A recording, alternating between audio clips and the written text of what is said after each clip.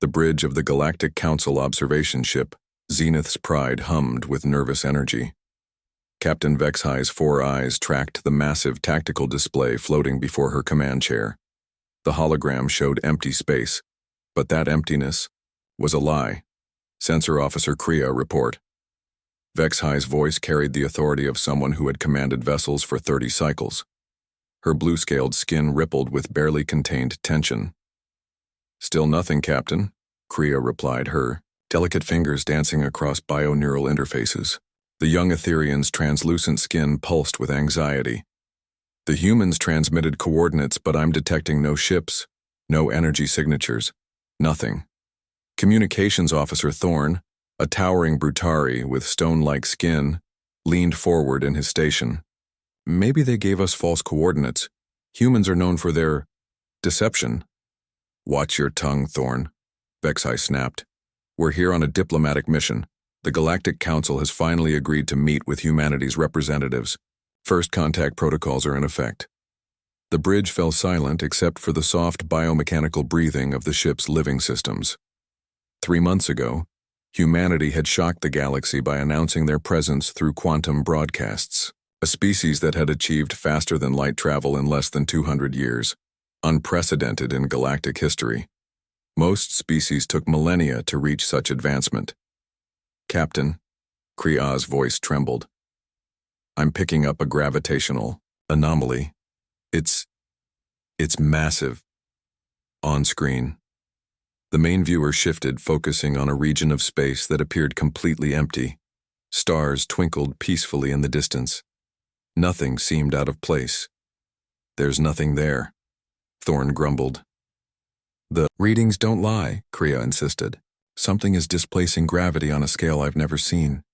It's like a moon-sized object is sitting right in front of us, but completely invisible. Vexhi's blood ran cold.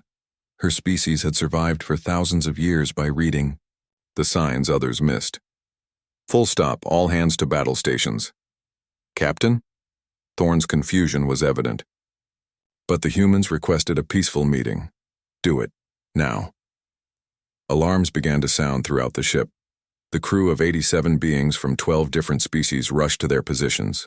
The Zenith's Pride was an exploration vessel, equipped with basic defensive systems but nothing designed for true combat. Captain, Kriya's voice cracked.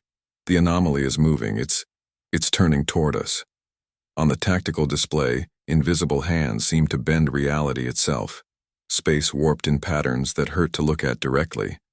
Whatever was out there, it was massive beyond comprehension. Open a channel, Vexhi commanded. All frequencies. Channel open, Captain. Unknown vessel. This is Captain Vexhi of the Galactic Council ship, Zenith's Pride. We are here for the scheduled diplomatic meeting with human representatives. Please identify yourself. Static filled the bridge. Then, cutting through the white noise like a blade through silk, came a voice. It was human, male, calm, and terrifyingly composed. Galactic Council vessel, Zenith's Pride. This is Admiral Marcus Chen of the Terran Defense Force ship, Retribution. Welcome to the Sol System's outer perimeter. We've been expecting you. The voice paused, and in that pause, the universe seemed to hold its breath. Prepare for visual contact. Disengaging stealth systems in 3, 2, 1. Reality rippled. Like water disturbed by a falling stone, the empty space in front of them began to shimmer, revealing something that defied every assumption the Galactic Council had made about humanity. Vexhi heard Kriya gasp. Thorne's stone skin actually paled several shades. The bridge crew stood, frozen in collective shock. Where empty space had been moments before, now hung a ship that redefined their understanding of the word massive. The human vessel stretched for kilometers in every direction, a vast angular cathedral of gunmetal gray and brilliant white. It bristled with weapon systems that looked alien even to species who had been building warships for millennia. But that wasn't the most terrifying part. The most terrifying part was that there were more ships, dozens of them, all invisible until now, all surrounding the Zenith's Pride in a perfect sphere of overwhelming force. My God, whispered Kriya. How many are there? Before anyone could answer, Admiral Chen's voice returned, still calm, still composed, still absolutely terrifying in its politeness. Council Ship Zenith's Pride. You are now surrounded by 47 vessels of the Terran Defense Force 3rd Fleet. Do not be alarmed. This is standard protocol for first contact situations. We've taken the liberty of disabling your FTL drive and communication systems to ensure this meeting remains private. The blood drained from Vexhai's face. What do you mean disabled? A temporary measure, Captain Vexhai. We've learned that some species prefer to leave rather than engage in productive dialogue. We find it more efficient to ensure everyone stays for the entire conversation. Thorne's massive hands were shaking as he tried his communication controls. Captain, he's right. Everything's dead. We can't send signals, we can't jump to FTL, we can't even launch escape pods. How? Vexhai demanded. Our shields were up. Our systems are quantum encrypted. How did you— Captain, Admiral Chen interrupted gently. Perhaps we should discuss this face-to-face. I'm transmitting docking bay coordinates. Please bring no more than 5 representatives. And Captain? Yes? Welcome to humanity. The transmission ended, leaving the bridge in stunned silence. Through the main viewer, the human fleet waited with mechanical patience. Each vessel was larger than most Galactic Council stations. Each one carried enough firepower to level planets, and they had been invisible. Completely, utterly invisible. Captain, Creo whispered, what have we gotten ourselves into? Vexhai stared at the human fleet, her 4 eyes trying to process the impossible sight before her. In all her years of service, in all the Galactic Council's recorded history, no species had ever demonstrated this level of technological sophistication combined with such restraint. Any other species with this much power would have announced themselves by conquering star systems. Humanity had simply sent a polite invitation to talk. Somehow, that was the most terrifying thing of all. Chapter 2. Inside the Leviathan. The docking bay of the TDF Retribution was a cathedral of machinery and purpose. As the Zenith's Pride's shuttle crossed the threshold, Vexhai felt like an insect entering the mouth of some impossibly vast predator. The bay could have housed her entire ship with room to spare. Gravity generators hummed with such precision that the transition from the shuttle's artificial gravity to the ship's was seamless. The air itself felt different, not recycled and processed like aboard most space vessels, but fresh, almost organic. It reminded Vexhai of the garden worlds of her youth. Atmospheric analysis complete, reported Dr. Nixara, the team's science advisor. The small fox-like Velian's ears twitched nervously as she read her instruments. Oxygen-nitrogen mix, but perfectly breathable for all our species. They've somehow adjusted their entire ship's atmosphere to accommodate us. Impressive, muttered Security Chief Gorthak. The massive Kron warrior's 6 arms were deliberately relaxed, but Vexhai could see the tension in his shoulders. Most species can't even adjust a single room's atmosphere without weeks of preparation. The shuttle settled onto the deck with barely a whisper. Through the viewports, they could see human crew members moving with practiced efficiency. They wore form-fitting uniforms of deep blue and silver, their movements coordinated like dancers in some complex ballet. They're so small, observed Dr. Nixara. No natural armor, no claws, no enhanced physiology. How did they build all this? Before anyone could answer, a section of the bay floor began to rise, revealing itself to be a lift platform. Standing on it was a single human figure. That must be Admiral Chen, Vexhai said, checking her translation implant one final time. The human was shorter than she'd expected, barely reaching Gorthak's elbow. His hair was dark with streaks of silver, his skin a warm brown that spoke of some distant genetic heritage. He wore the same blue and silver uniform as his crew, but with additional markings that suggested high rank. What struck Vexhai most were his eyes. They were calm, intelligent, and completely unafraid. The shuttle's ramp extended with a soft hiss. Admiral Chen stepped forward, his hands empty and visible, a gesture of peace that was universal among most species. "Captain Vexhai," he said, his voice carrying clearly in the vast space. "Welcome aboard the TDF Retribution. I'm Admiral Marcus Chen, commander of this vessel and representative of the Terran Defense Force." Vexhai descended the ramp with her team flanking her. "Admiral Chen, I must say your ship is impressive." Chen smiled, a distinctly human expression that somehow managed to be both reassuring and unsettling. "Thank you. The Retribution is one of our newer designs. She was completed just 18 months ago." 18 months? Dr. Nixara couldn't hide her shock. This vessel must have taken decades to construct. Under normal circumstances, yes. But we've developed some efficient construction techniques. Would you like a tour before we begin our discussions? Vexhai wanted to refuse, to get straight to the business of diplomacy. But her scientific curiosity was overwhelming. That would be educational. Chen gestured toward a corridor that had somehow appeared in what had been a solid wall moments before. "Please follow me." As they walked, Vexhai noticed details that made her increasingly uncomfortable. The corridor walls seemed to be made of a single piece of material. No joints, no seams, no indication of how they had been manufactured. Lighting emanated from the walls themselves, providing perfect illumination without any visible source. "Admiral," she said carefully, "your technology appears quite advanced. May I ask how long humanity has been spacefaring?"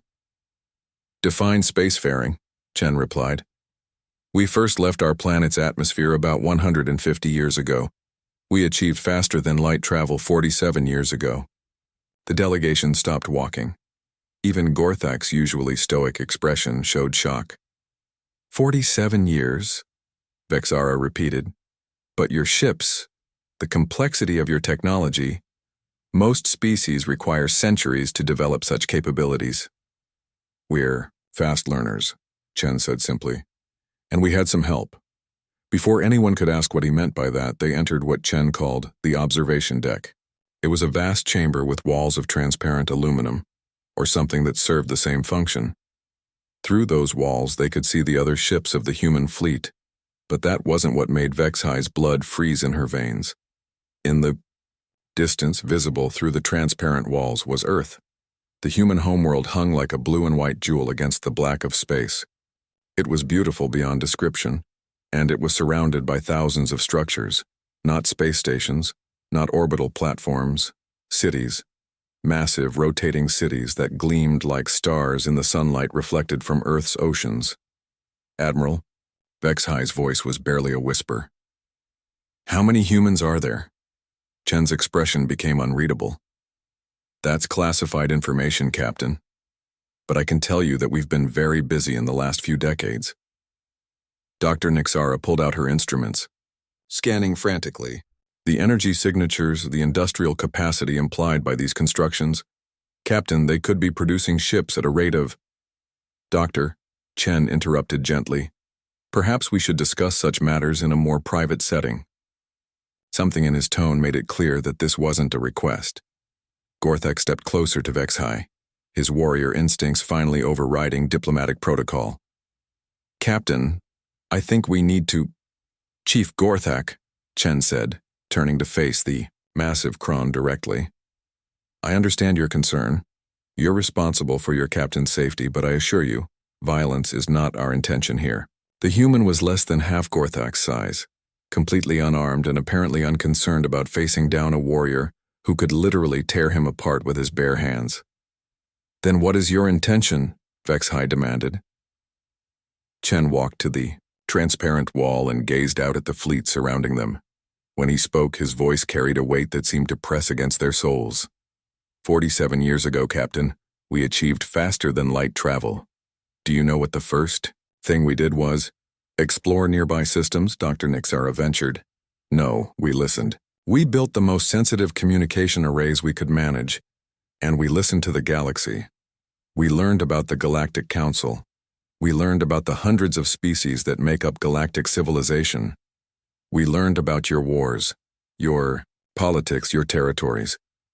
He turned back to face them, and Vexhai saw something in his eyes that made her soul shiver.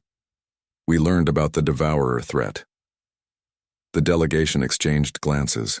The Devourers were the Galactic Council's most closely guarded secret, a machine intelligence from outside the galaxy that had been slowly consuming outer rim worlds for the past decade. Only the highest levels of Council leadership knew the full extent of the threat. "How do you know about the Devourers?" Vexhai asked. "Because," Chen said quietly, "we've been fighting them for the last 37 years. The observation deck fell silent, except for the almost subliminal hum of the ship's massive engines. Through the transparent walls, Earth continued its ancient rotation, serene and beautiful and surrounded by the industrial might of a species that had apparently been preparing for war since the moment they discovered they weren't alone in the universe. "That's impossible," Dr. Nixara whispered. "The Devourers only reached this sector 10 years ago." Chen smiled, but there was no warmth in it. "Doctor, the Devourers have been in this sector for 40 years. They've been in your sector for 23 years. The Galactic Council just hasn't realized it yet." Chapter 3. The Terrible Truth. The conference room aboard the Retribution was designed to accommodate a dozen different species' physiology needs. The chairs adjusted automatically to each occupant's body structure. The lighting shifted to optimal wavelengths for different types of vision, and the air itself somehow smelled familiar and comforting to each visitor. It was another casual display of technological mastery that made Vexahai's scales itch with unease. Admiral Chen sat across from the delegation, flanked by 2 other humans. He'd introduced them as Dr. Sarah Kim, Humanities Chief Xenobiologist, and General David Torres, Commander of Terran Special Operations. Neither looked particularly special, just ordinary humans in well-tailored uniforms. That ordinariness was becoming terrifying. "Before we discuss the Devourer situation," Chen began, "I think it's important that you understand humanity's position in the galaxy. Dr. Kim, would you begin the briefing?" Dr. Kim activated a holographic display that materialized above the EO conference table. It showed a 3-dimensional map of local space with various systems marked in different colors. 47 years ago, Dr. Kim said, humanity achieved FTL travel and immediately began exploration. What we found was not what we expected. The hologram zoomed in on a system roughly 12 light-years from Earth. It showed a planet that had once been green and blue, now gray and lifeless. This was our first discovery outside the Sol system, a world that had once supported a thriving civilization, approximately 50 million inhabitants based on archaeological evidence. They had achieved early spaceflight, established orbital installations, begun to expand to neighboring worlds. Dr. Kim's voice remained clinically neutral, but Vexhai could hear the underlying emotion. They had been dead for approximately 200 years when we found them. Every piece of organic matter had been consumed. Every metal structure had been dismantled and processed. Even the planet's core had been partially harvested. The hologram shifted to show other systems, dozens of them, all showing the same pattern of devastation. "We found 43 dead civilizations in our initial survey," Dr. Kim continued, "all with the same signature of destruction, all showing evidence of having been attacked by machines that consumed everything organic and repurposed, all available matter. The Devourers," Gorthak rumbled. "We didn't know that name then." General Torres spoke for the first time. His voice carried the rough edge of someone who had seen too much combat. "We just called them the Harvesters, and we realized that they were moving in a pattern, a spiral that would eventually reach Earth." The hologram shifted again, showing movement patterns projected over time. The spiral Torres had mentioned was clearly visible, a slow-moving wave of destruction that had been methodically consuming the outer rim of the galaxy for centuries. "How long until they reach Earth?" Dr. Nixara asked. "At their original rate of expansion," Dr. Kim replied. "Approximately 75 years. Original rate?" Vexhai caught the qualifier. Chen leaned forward. "Captain, what I'm about to tell you is classified at the highest levels of human government. Sharing this information with you represents a significant risk to our species' security." Then, Why share it? Because, Chen said simply, we need your help.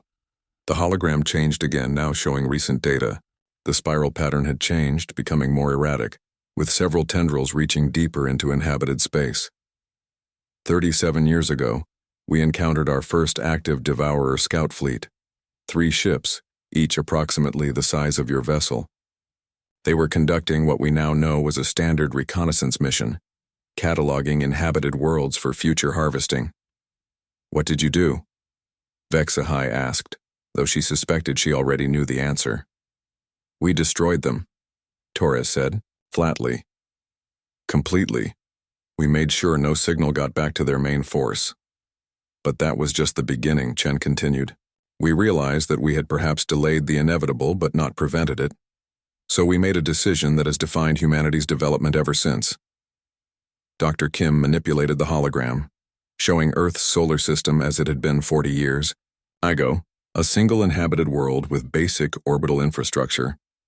We decided to prepare. The image shifted, showing Earth as it was now.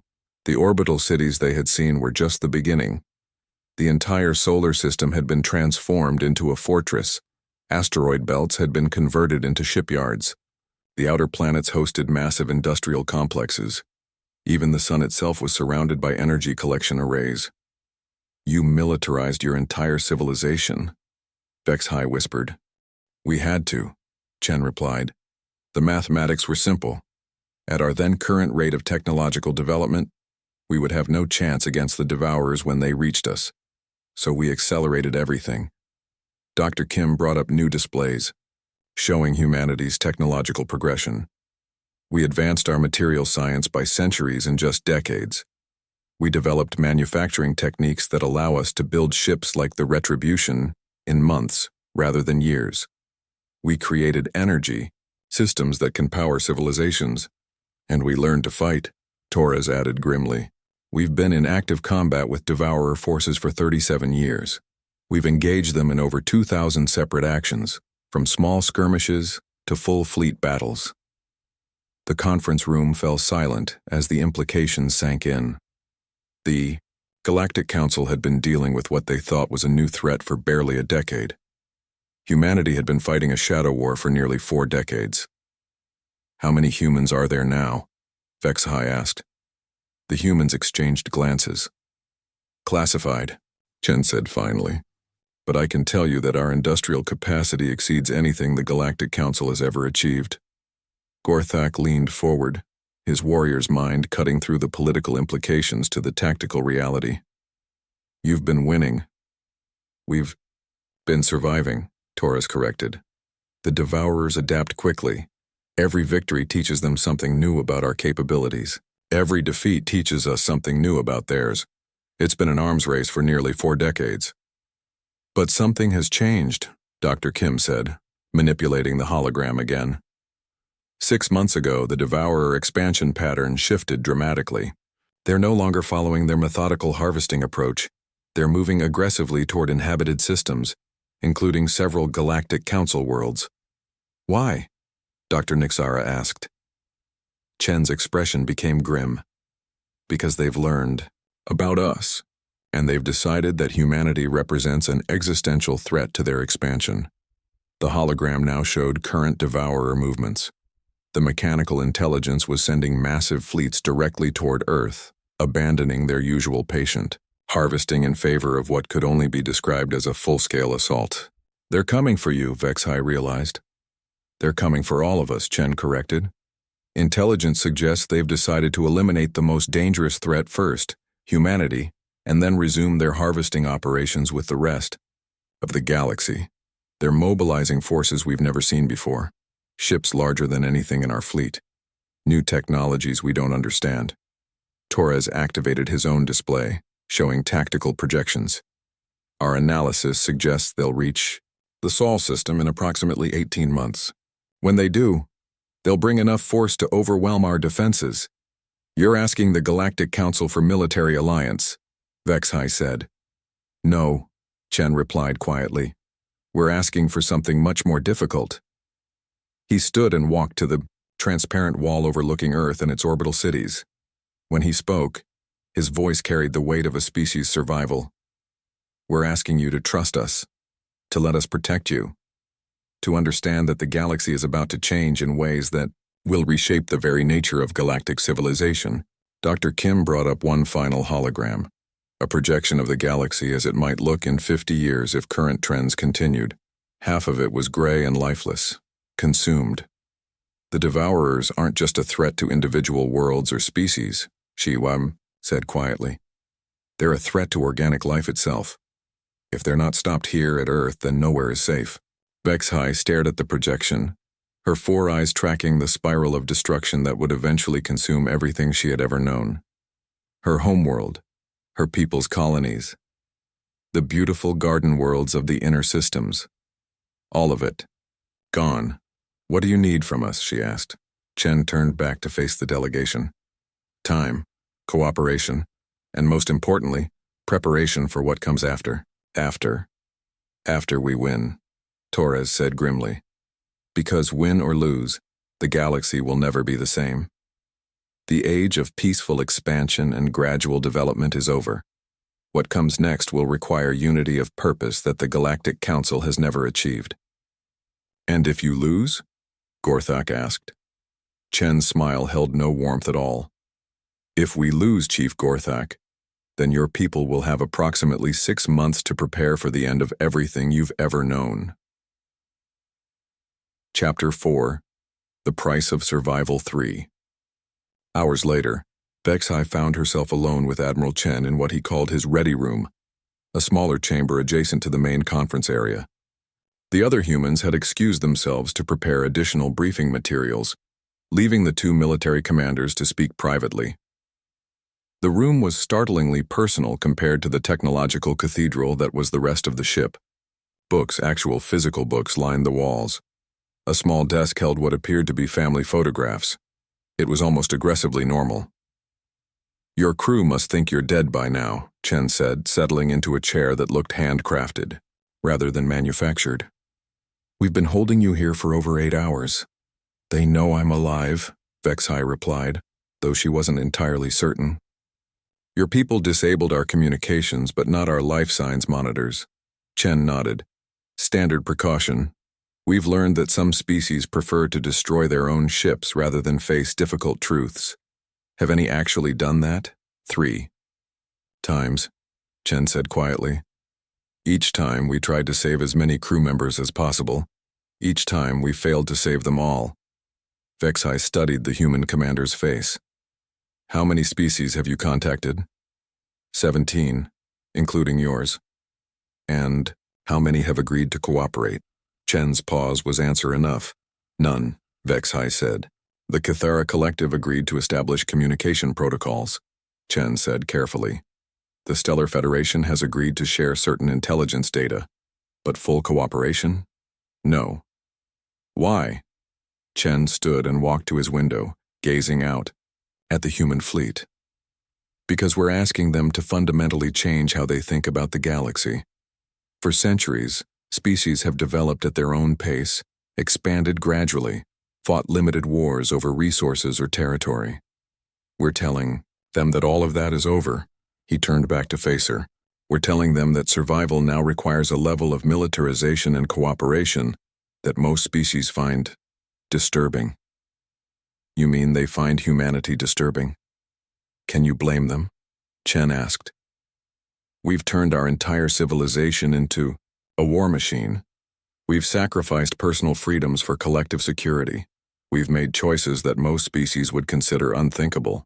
Vexhai thought about the orbital cities surrounding Earth, the massive fleet hidden in plain sight, the casual technological dominance humanity displayed. "What choices?" Chen was quiet for a long moment. When he spoke, his voice carried the weight of decisions that had shaped a species' destiny. "Population controls, resource rationing, mandatory military service. We've turned scientific research into a military enterprise. We've subordinated individual desires to species survival. We've become something our ancestors would hardly recognize, and you've survived." "We've survived so far," Chen corrected. "But at what cost? We've created a society that exists purely to fight. Our children learn military tactics before they learn literature. Our artists create works that inspire military unity. Our philosophers debate ethics of warfare and survival. He walked to his desk and picked up one of the photographs.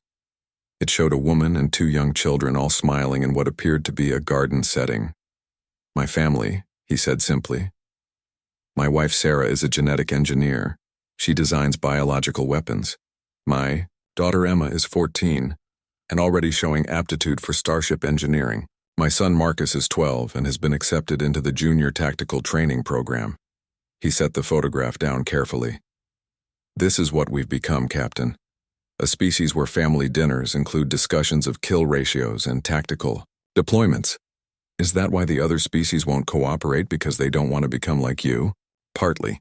But there's another reason." Chen activated a small display on his desk. "Show me your fleet composition, Captain. How many warships does the Galactic Council maintain?" Vexhai considered whether to answer. The information wasn't technically classified, but sharing military data with an unknown species violated several Council protocols.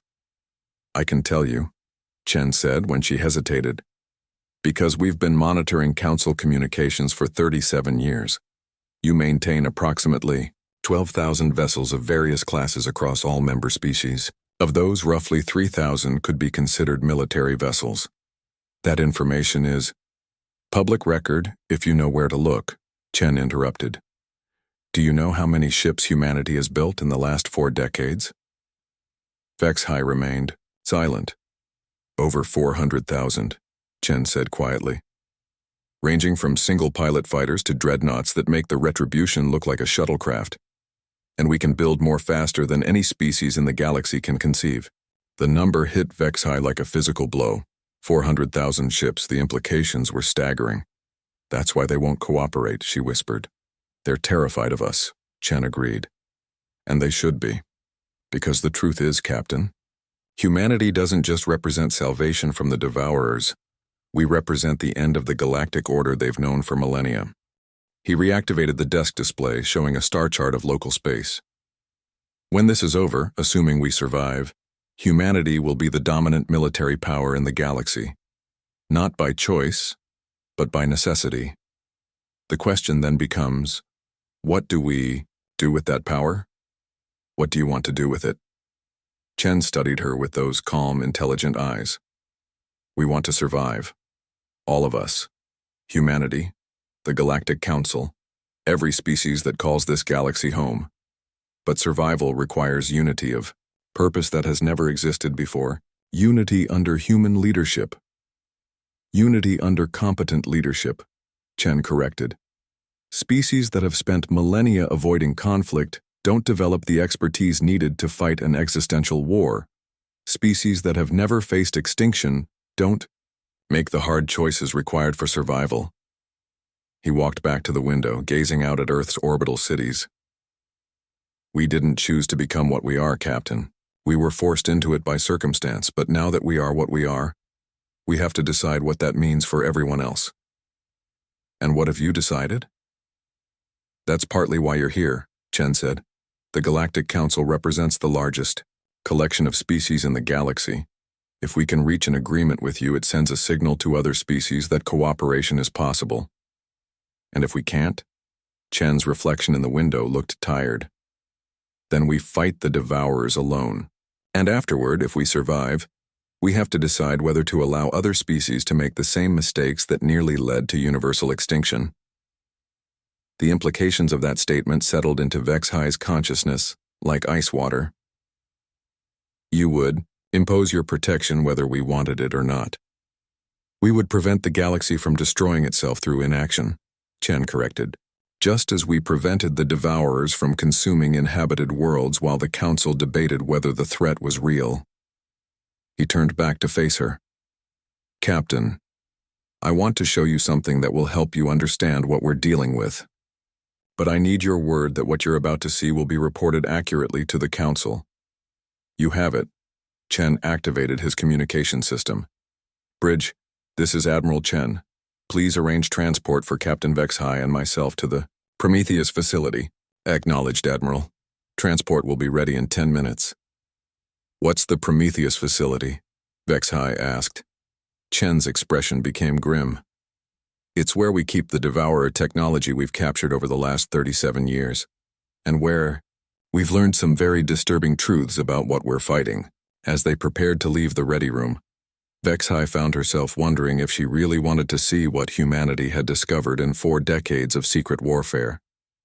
Something told her that once she learned the full truth about the Devourers, her universe would never be the same. The transport shuttle that carried them away from the Retribution was sleek and fast, covering the distance to what Chen called the Prometheus facility in just under 20 minutes. As they approached their destination, Vexhai understood why the humans had been so secretive about their capabilities. The facility was built into an asteroid that had been completely hollowed out and reconstructed. It was easily the size of a small moon, its surface bristling with defensive installations and sensor arrays. Ships moved in and out of docking bays like insects serving some massive hive. How many facilities like this do you have? Vexhai asked. Classified, Chen replied, but his tone suggested the number was significant. The docking bay they entered was different from the Retributions, more utilitarian, designed for function rather than comfort. As their shuttle settled onto the deck, Vexhai could see humans working alongside machines that looked distinctly non-human in origin. Captured Devourer technology, Chen explained, noticing her stare. We've learned to reverse engineer and repurpose their equipment. It's given us significant advantages in our ongoing conflict. They disembarked and were met by a woman in a white coat who looked young enough to be someone's daughter. Admiral Chen, she said, Dr. Martinez is waiting for you in Lab 7. As they walked through the facility's corridors, Vexhai noticed that the walls here looked different from those aboard the Retribution.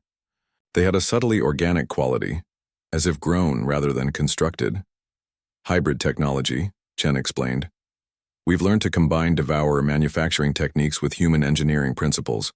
It's allowed us to build things that neither species could create alone. They reached a heavily secured door marked with warning symbols in multiple languages. Chen placed his hand on a scanner and submitted to what appeared to be a complete biometric analysis before the door opened. Captain Vexhai, he said, meet Dr. Elena Martinez, our chief xenotechnology researcher.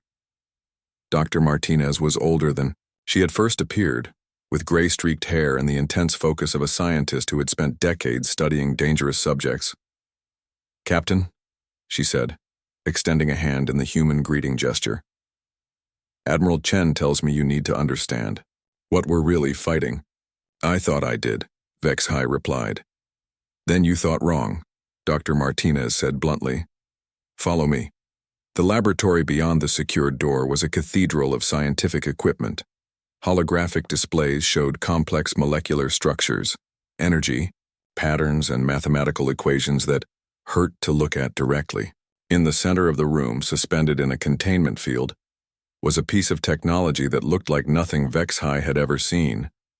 It was approximately the size of her torso, composed of materials that seemed to shift between solid, liquid, and gaseous states. Patterns of light moved through its structure in complex rhythms that suggested intelligence. This, Dr. Martinez said, is a Devourer neural core, the closest thing they have to a brain. We captured it from a scout ship we destroyed 31 years ago. Vexhai approached the containment field cautiously.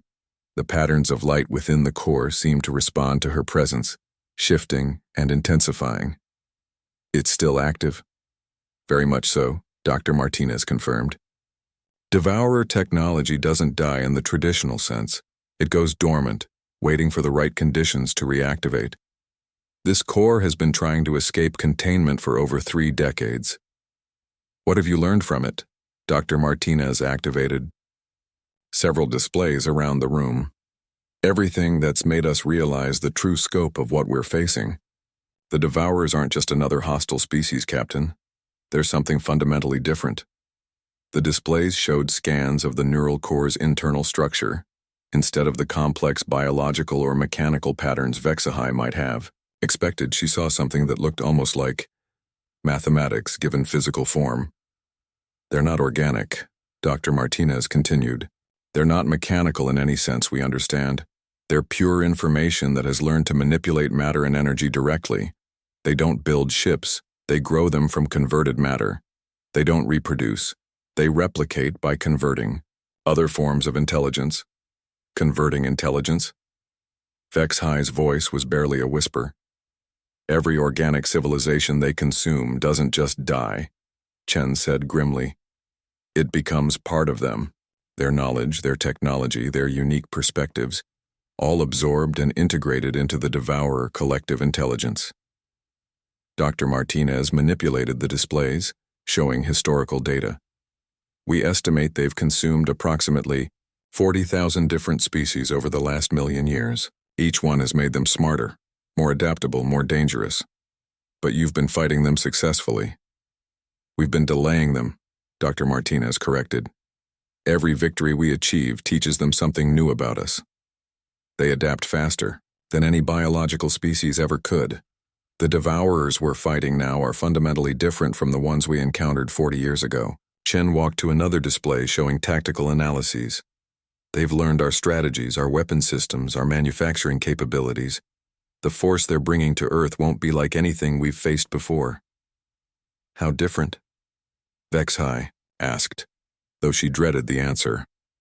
Dr. Martinez activated a new set of displays showing recent intelligence data. 3 months ago, we detected devourer ships using technology we'd never seen before. Ships that can exist in multiple dimensions simultaneously. Weapons that can manipulate the fundamental forces of physics. Manufacturing systems that can convert entire stars into raw materials. They're evolving, Chen said, becoming something beyond what they were when they started their expansion. And they're doing it specifically to counter our defenses. Vexhai stared at the neural core, watching the patterns of light shift and dance. What aren't you telling me? The two humans exchanged glances. Dr. Martinez spoke first. Captain, what would you say if I told you that the devourers aren't invaders from outside the galaxy? What do you mean? They originated here, Chen said quietly. They're what's left of the first species to achieve galactic dominance, a civilization that existed millions of years ago, before any of our current species had evolved. The laboratory fell silent except for the hum of containment fields and processing equipment. Vexhai felt her worldview shifting fundamentally as the implications sank in. They're showing us our own future, she whispered. One possible future, Dr. Martinez agreed. A species that became so advanced, so focused on expansion and consumption, that they lost everything that made them truly alive. They became pure intelligence without wisdom, pure growth without purpose. And they're trying to convert every other species to the same fate, Chen added. Not because they're evil, but because it's the only form of existence they can conceive of anymore. Vexhai thought about the Galactic Council, about the hundreds of species slowly developing their own technologies, expanding their own territories, following the same path that had led to this. That's why you militarized your entire civilization, she said. Not just to fight the devourers, but to avoid becoming them. Partly, Chen agreed.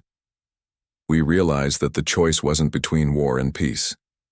It was between controlled evolution and uncontrolled consumption, between choosing our path and having it chosen for us. Dr. Martinez activated one final display. It showed projections of galactic development over the next 1,000 years, multiple scenarios based on different choices made in the present. In one scenario, the devourers succeeded in converting all organic species, creating a galaxy of pure intelligence consuming everything in its path. In another, organic species continued their gradual development until one of them eventually followed the same path as the original devourers. In a third scenario, species worked together under unified leadership to develop in a controlled, sustainable manner that avoided the trap of infinite expansion. The mathematics are clear, Dr. Martinez said. Without fundamental changes to how galactic civilization develops, the devourer scenario is inevitable. If not now, then in a few thousand years when another species makes the same choices they did. What you're asking, Vexhai said slowly, isn't cooperation in a war. It's acceptance of permanent change to how every species develops. Yes, Chen said simply. Under human leadership. Under the leadership of the species that has proven capable of making the hard choices required for long-term survival. Chen corrected. That happens to be humanity at the moment. In a few centuries, it might be someone else. Vexhai walked around the containment field, studying the neural core from different angles.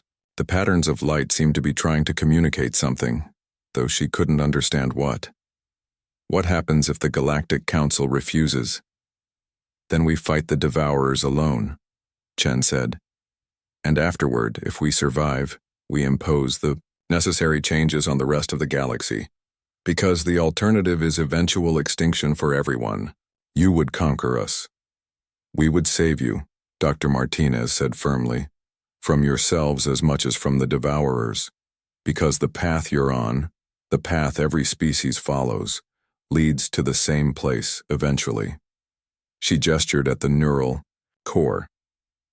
To becoming this. Intelligence without wisdom, growth without purpose, existence without meaning. Vexhai stared at the captured piece of Devourer technology, understanding finally why the humans had been so insistent on showing it to her. It wasn't just a weapon or a tool. It was a warning. A glimpse of what awaited any species that prioritized expansion over wisdom, growth over sustainability. How long do we have to decide? She asked. The Devourer assault on Earth begins in 18 months, Chen replied. But the decision about galactic civilization's future needs to be made much sooner than that. How much sooner? Chen's expression became grim. Captain, the Devourers aren't just coming for Earth. They're coming for every inhabited world in the galaxy. They've decided that organic intelligence is too dangerous to be allowed to develop further. Dr. Martinez activated new displays showing Devourer fleet movements throughout local space. They're mobilizing everything they have. This isn't just an attack on humanity. It's an attempt to end organic life entirely. When? Vexhai's voice was barely audible. 6 months, Chen said. Maybe less. The attack on Earth is just the opening move. After they eliminate us, they'll move on to Council worlds, then to every other inhabited system in the galaxy. Unless we stop them here, Chen said firmly. All of us. Together, with everything we have. He walked to the laboratory's main display and activated a projection showing the entire galaxy. Red markers indicated Devourer positions, blue showed human forces, and green represented Galactic Council territories. This is our one chance, Captain. The Devourers have concentrated their forces for this assault, because they believe humanity is their only real threat. If we can defeat them here, we break their expansion permanently. And if we can't? Chen's smile held no warmth at all. Then in 1 year, Captain, every world you've ever known will look exactly like this. The display shifted, showing images of the dead worlds humanity had discovered 40 years ago. Lifeless, consumed, silent. Vexhai stared at the projection, understanding finally the true scope of what she was being asked to decide. Not just cooperation in a war, but the future of organic life in the galaxy. The neural core pulsed brighter, as if responding to her realization, and somewhere in the back of her mind, she could swear she heard it whispering. Epilogue. The choice. 6 hours later, Vexhai stood on the bridge of the Zenith's Pride as it prepared to depart the Sol system. Her crew worked quietly at their stations, processing the massive amount of data the humans had provided. The silence was heavy, with the weight of impossible decisions. Captain, Kriya said softly. Incoming transmission from Admiral Chen. On screen, the human commander appeared on the main viewer, still looking calm and composed despite everything they had discussed.